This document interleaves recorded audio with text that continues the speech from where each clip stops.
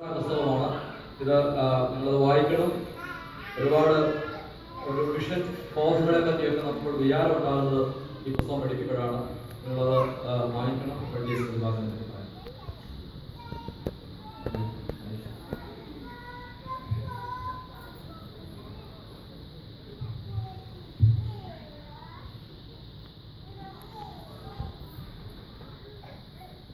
ദൈവത്തിൻ്റെ അതിപരിശുദ്ധ നാമം വാഴ്ത്തപ്പെടുമാറാകട്ടെ.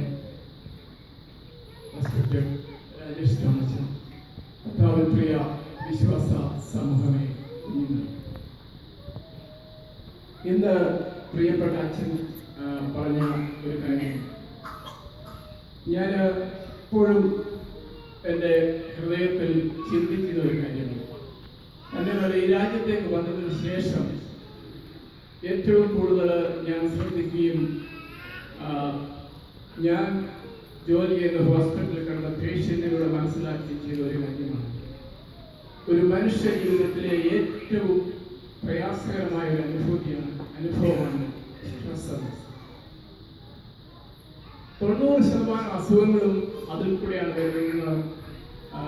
അതിനെക്കുറിച്ച് സയന്റിഫിക്കായിട്ട് ഗവേഷണം നടത്തിയ വ്യക്തികൾ പറയുന്നു. തിരുമേനി പറഞ്ഞ ഒരു കാര്യം എൻ്റെ ജീവിതത്തിൽ ഞാൻ എപ്പോഴും ഓർക്കണം. തിരുമേനി പറയുമ്പോൾ ദൈവത്തിൽ വിശ്വസിക്കുകയും ധാരപ്പെടുകയും അത് തൻ്റെ ജീവിതത്തിലെ 94 വർഷക്കാലം വളരെ വ്യക്തമായിട്ട് തൻ്റെ ജീവിതാനുഭവത്തിലൂടെ ലോകമെമ്പാടും ഷെയർ ചെയ്ത വ്യക്തിയായിരുന്നു പ്രിയപ്പെട്ട തിരുമേനി. ലോകത്തിലെ സകല രാജ്യങ്ങളിലും സുവിശേഷം പ്രസംഗിച്ച എൻ്റെ അമ്മയുടെ സഹോദരൻ എൻ്റെ ജീവിതത്തിലെ വലിയ പ്രചോദനവും പ്രത്യാശയും ധൈര്യവും. നാം ദൈവത്തെ കാണുന്നത് ദൈവത്തിലൂടെയല്ല, നമ്മുടെ പ്രിയപ്പെട്ടവരോട്. ഞാൻ ദൈവത്തെ കണ്ടത് എൻ്റെ മാതാവിലൂടെ. എന്നാൽ ഇന്ന് ഇവിടെ നിന്ന് ഒരു വാക്ക് സാക്ഷ്യം പറയുവാൻ, തിരുമേനിയെക്കുറിച്ച് പറയുവാൻ എന്നെ ശക്തീകരിച്ചത് വാത്സല്യ തിരുമേനിയിലൂടെ എനിക്ക് ലഭിച്ച പ്രചോദനം. എൻ്റെ ജീവിതത്തിലെ ഏറ്റവും വലിയ ഭയങ്ങളിൽ ഒന്ന് എന്താണെന്ന് ചോദിച്ചാൽ ഒരു സ്റ്റേജ് ഫ്രൈറ്റ്. എനിക്ക് വളരെ പ്രയാസകരമായ ഒരു അനുഭവം. എന്നാൽ എൻ്റെ കഴിഞ്ഞകാല ജീവിതാനുഭവങ്ങളിലൂടെ വാത്സല്യ തിരുമേനിയിലൂടെ ലഭിച്ച അനുഗ്രഹങ്ങളിലൂടെ ദൈവം അതിനായിട്ട് എന്നെ ശക്തീകരിച്ചു. കഴിഞ്ഞ അനേക വർഷങ്ങളിൽ പല സാഹചര്യങ്ങളിൽ എൻ്റെ സാക്ഷ്യങ്ങൾ പറയുവാൻ ദൈവം എനിക്ക് അവസരമൊരുക്കി. അതിനായിട്ട് ഞാൻ ദൈവത്തെ സ്തുതിക്കുന്നു. ഇന്നിപ്രകാരം 2 വാക്ക് പറയുവാൻ എനിക്കിവിടെ നൽകിയ വലിയ അവസരങ്ങൾക്ക് രാജ്യസഭയോടും ചർച്ച് എക്സിക്യൂട്ടീവ് അംഗങ്ങളോടും കടന്നു വന്ന നിങ്ങൾ ഓരോരുത്തരോടും ദൈവനാമത്തിൽ എനിക്കുള്ള നന്ദിയും സ്നേഹവും കടപ്പാടും ഞാൻ അറിയിക്കുന്നു.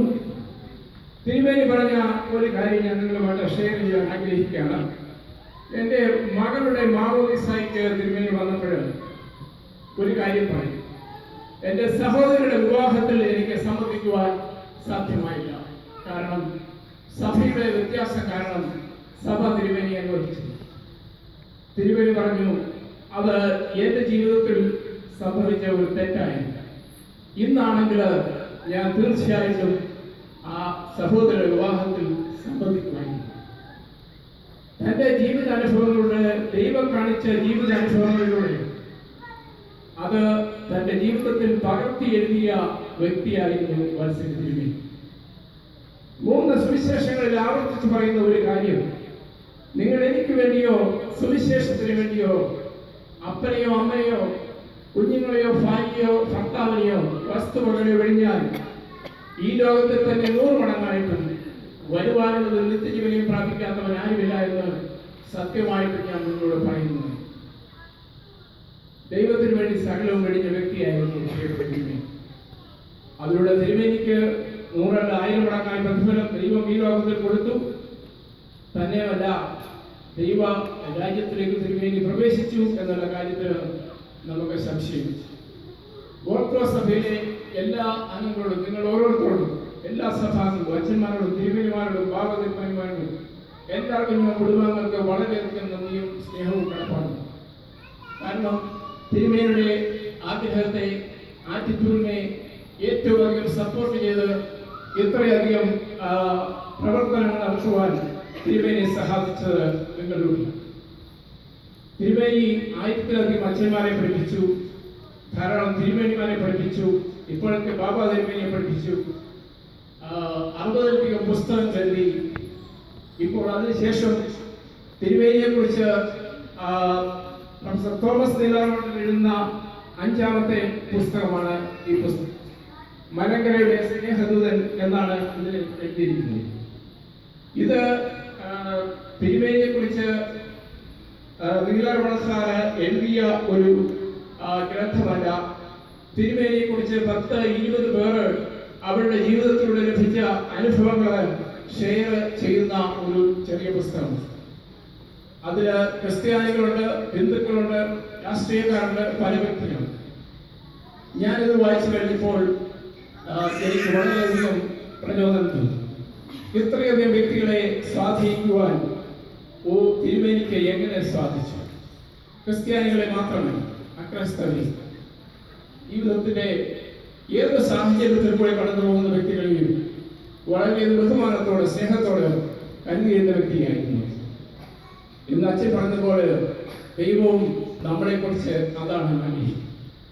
മത്തായിയുടെ സുവിശേഷം 25-ാം അധ്യായത്തിന്റെ 31 മുതൽ 46 വരെയുള്ള വാക്യങ്ങളിൽ പറയുന്ന ഒരു കാര്യം, ദൈവം ലോകാവസാനത്തിന്റെ കുഞ്ഞാടുകളെ ഇടതും വലതുമായി തിരിച്ച് വലത്തേതിനത്തെ കുഞ്ഞാടുകളോട് പറഞ്ഞു, ലോകസ്ഥാപനം മുതൽ നിങ്ങൾക്കായിട്ട് ഒരുക്കിയിരിക്കുന്ന സ്വർഗരാജ്യത്തിലേക്ക് നിങ്ങൾ പ്രവേശിക്കും. ദൈവം അതിന് ഒരു ഒറ്റ റീസൺ മാത്രമേ പറഞ്ഞു, ഈ ചെറിയവരിൽ വരുന്നതിന് നിങ്ങൾ ചെയ്തതെല്ലാം എനിക്ക് വേണ്ടി ചെയ്തു. അതായിരുന്നു തിരുമേനിയുടെ ജീവിതത്തിന്റെ അടിസ്ഥാനം. ആ അടിസ്ഥാനം തുടർന്നുകൊണ്ട് പോകണം എന്നാണ് ഞങ്ങൾ ആഗ്രഹിക്കുന്നത്. നമ്മുടെ എല്ലാം ആഗ്രഹമാണ്. ദൈവം നമ്മളെ കുറിച്ച് ആഗ്രഹിക്കുന്നത്. യേശുക്രിസ്തു അനേക വ്യക്തികളെ കണ്ടപ്പോൾ ഒരു വ്യക്തികളോടും അവരുടെ പ്രൈമറി നീഡ് കണക്കിടാതെ സുവിശേഷം പറഞ്ഞു. അതുതന്നെയാണ് തിരുവഴി കാണിച്ച അനുഭവം. ആ അനുഭവം തുടർന്നുകൊണ്ട് പോകുന്നത് ദൈവത്തിലൂടെ നമുക്ക് ലഭിക്കുന്ന വലിയ അനുഗ്രഹമായിരിക്കും. അത് ചെയ്യുവാൻ ദൈവം നമ്മെ സഹായിക്കട്ടെ. ഈ ബുക്ക് തോമസ് നീലാർമൺ സാർ ഇന്ന് സെന്റ് സ്റ്റീഫൻസ് ചർച്ചിൽ കൊടുക്കുന്നുണ്ട്. കഴിഞ്ഞ സൺഡേയിൽ അരുപ്പാലയം ചർച്ചിൽ കൊടുത്തിരുന്നു. ഇത് $10 ഇതിന് ചാർജ് ചെയ്യുന്നത്. ആ $10 കേരളത്തിലെ സ്കൂളിൽ പഠിക്കുവാൻ നിവൃത്തിയില്ലാത്ത ഒരു സ്റ്റുഡൻറ്റിന് ഒരു സ്റ്റുഡൻറ് കിറ്റ് ഉണ്ടാക്കി കൊടുക്കുവാൻ വേണ്ടിയാണ് ഈ ഓർഗനൈസേഷൻ അത് യൂസ് ചെയ്യുന്നത്. അത് ആ കുഞ്ഞുങ്ങൾക്ക് ഒരു അനുഗ്രഹമായിരിക്കും. അത് നമുക്ക് ലഭിക്കുന്ന ഒരു അനുഗ്രഹമായിരിക്കും.